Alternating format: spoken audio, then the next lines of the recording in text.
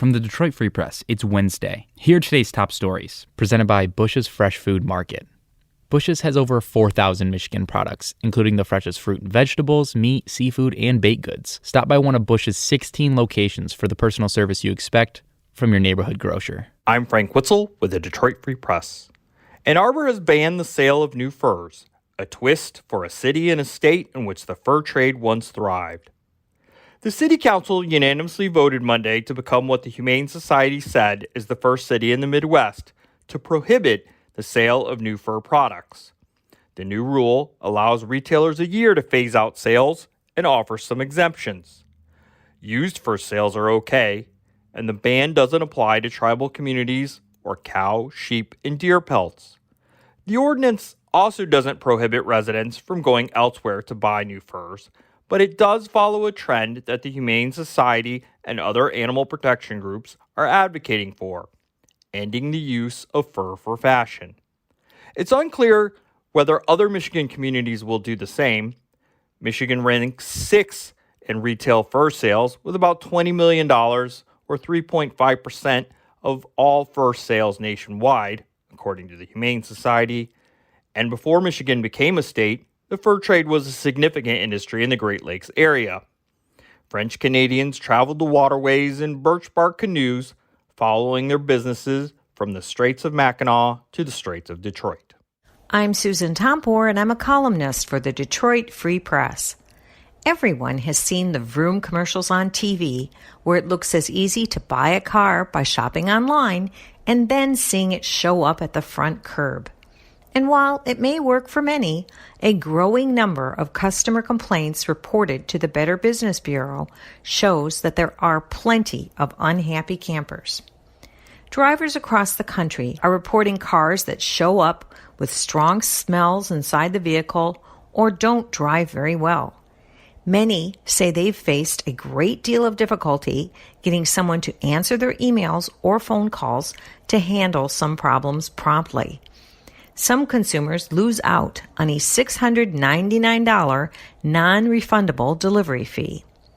Dan Parsons, the president of the BBB out of Houston, dubs the story as Vroom to Doom in 60 seconds. It's been one of the worst cases involving a pattern of bad customer service that Parsons said he's seen in his 38 years with the BBB. When reached for comment, a Vroom spokesperson reiterated the company's refund policy and its ongoing efforts to provide a high level of customer service. And many consumers ultimately did get their money back, but they waited many weeks and often paid for insurance on a car that they couldn't drive. And now they're warning others to move cautiously. I'm Dante Bedingfield for the Detroit Free Press. The Detroit Jazz Festival announced Tuesday that it will shift to an all-virtual format for this year's event, which runs Friday, September 3rd through Monday, September 6th.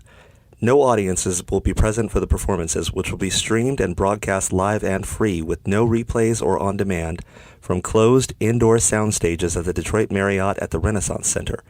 Shows will air on Detroit Public Radio and Television and stream on the festival's social media channels and website, as well as the Detroit Jazz Fest Live app. The Detroit Jazz Festival, presented by Rocket Mortgage, is the world's largest jazz festival that is free to attend and is typically held outdoors in downtown Detroit each Labor Day weekend. I'm Andrew Hammond for the Free Press Sports Department. The latest on a now former Detroit Lions cornerback. Alex Brown, a cornerback with the team for just a short time before being released on August 15th, was in court on Tuesday for his arraignment. According to the prosecutor, Brown was so drunk he thought he was leaving a strip club in Atlanta in the aftermath of a wrong-way wreck that injured 2 people early Sunday morning on a local freeway.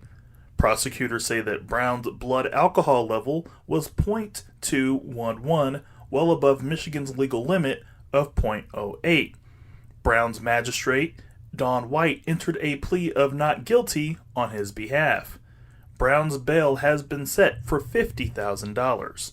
For more stories from the Detroit Free Press, be sure to check out freep.com.